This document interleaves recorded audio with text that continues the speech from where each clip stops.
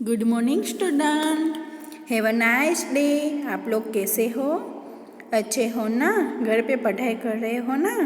Very good. आज हम हिंदी पढ़ेंगे। हिंदी में इकाई 6 न्याय। इस कहानी में चातुर्य की बात है। एक मित्र यात्रा पर जाते वक्त अपनी सोना मोहरे मित्र के यहाँ तेल के डिब्बे में छुपा के जाता है। यात्रा से वापस आने पर उसे अपनी मोहरें नहीं मिलती। वह काजी से फरियाद करता है। अंत में हसन नाम का जो एक लड़का है, वह अपनी चतुराई से सच्चा न्याय करके अली ख्वाजा को मोहरें वापस दिलवाता है।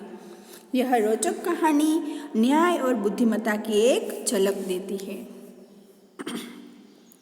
पुराने जमाने में इराक की राजधानी बगदाद में एक व्यापारी रहता था।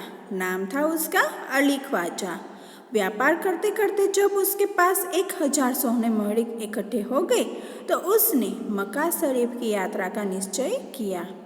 क्योंकि वह अकेला रहता था, उसने अपनी जमा पूंजी अपने मित्र के यहाँ रखने का निश्चय किया। यात्रा के खर्च के लिए उसने 500 सोना मोहरे अलग रख ली। फिर एक गड्ढे में बची हुई सारी मोहरें डालकर तेल भर दिया। अली ख्वाजा पड़ोस में अपने मित्र वाजिद के घर गया। उसको अपनी यात्रा के बारे में बताया और कहा, यह तेल का गड्ढा मैं आपके घर रख कर जाना चाहता हूँ। मक्का से लौट कर ले लूँगा। वाजिद ने अपनी तहखाने की चाबी उसे देते हुए कहा कि आप अपना गड्ढा तहखाने में रख आइए और जब आप लौटे तब उसी स्थान से ले लीजिए। अली ख्वाजा गड्ढा रखकर यात्रा के लिए निकल गया।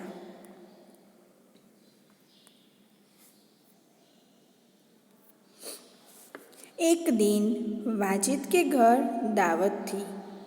तरह तरह के पकवान बनाते हुए तेल खत्म हो गया। रात का समय था। वाजिद की बीवी अपना सिर खुजलाने लगी। तभी उसे अली ख्वाजा के तेल की गड्ढे की याद आ गई। उसने वाजिद से कहा, वाजिद की जो बीवी थी पत्नी, उसने वाजिद से कहा, आप तहखाने में रखे तेल के गड्ढे से थोड़ा तेल निकाल लाइए।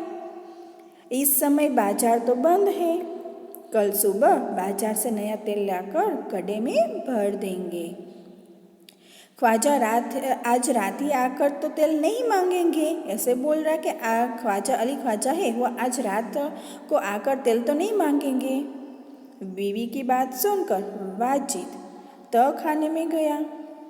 जब गड्ढे की सील खोलकर तेल निकालने लगा तब गड्ढे में से सिक्कों की आवाज़ आई। उसे लगा कि गड्ढे में तेल के नीचे कुछ है। इसलिए उसने दूसरे बर्तन में सारा तेल निकाल दिया। उसने देखा कि गड्ढे में तो 500 सोना मोहरें थी। उसने उन मोहरों को अपनी तिजोरी में छिपाकर रख दिया और तेल लाकर बीवी को दे दिया। अगले दिन उसने बाजार से नया तेल लेकर गड्ढे में भर दिया।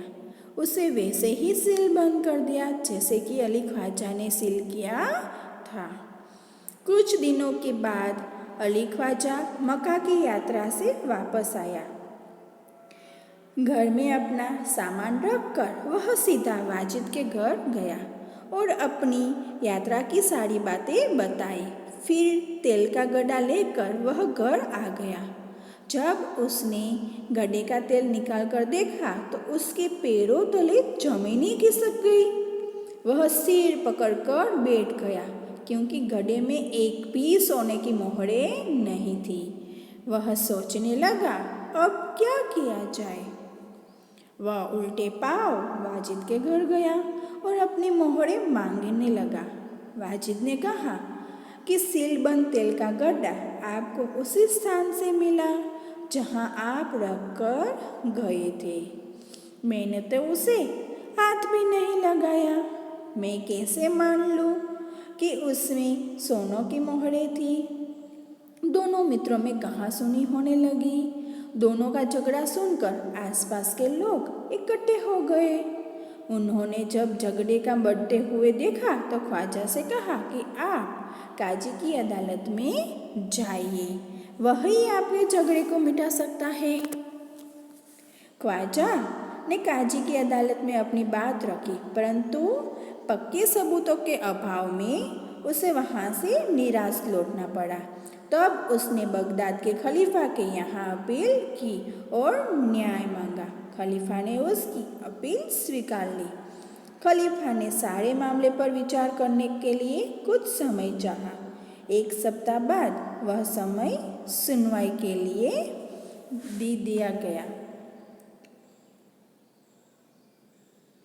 ख्वाजा और वाजिद का किस्सा अब प्रख्यात हो गया था। खलीफा एक दिन अपना भेष बदलकर शहर में घूम रहे थे। तभी उन्होंने कुछ लड़कों को न्यायालय के खेल खेलते हुए देखा।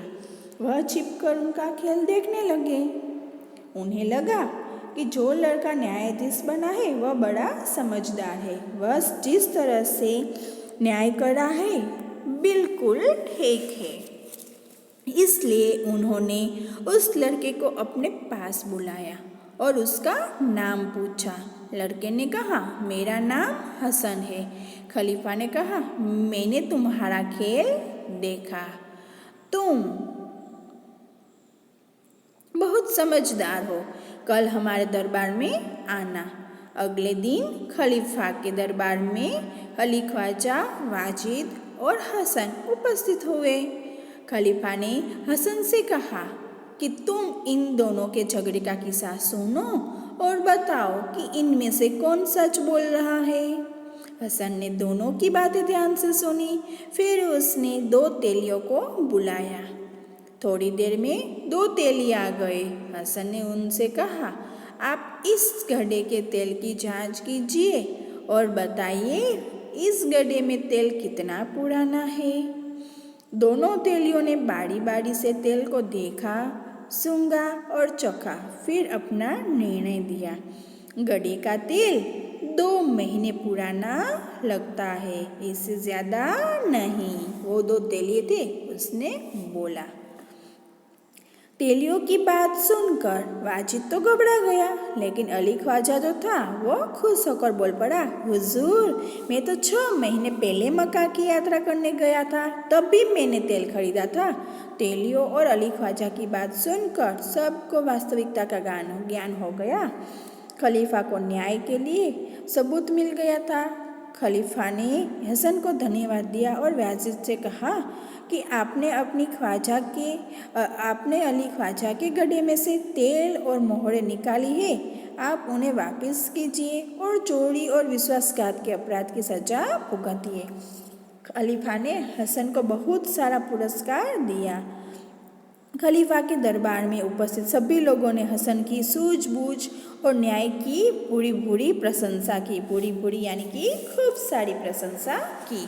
अब देखते हैं शब्दार्थ। अपील, निवेदन, अभाव तो कमी, जांच, तपास, तहखाना तो जमीन के नीचे बना कमरा, तेली तो तेल निकालने वाला, पुरस्कार तो इनाम, पूरी तो खूब सारी, मोहर तो सिक्का, वास्तविकता सच्चाई, विश्वासघात धोखा देना, सबूत किसी बात का सिद्ध करने का प्रमाण, सजा भोगना, दंड भोगना, सूझबूझ, समझदारी। अब देखते हैं मुहावरा।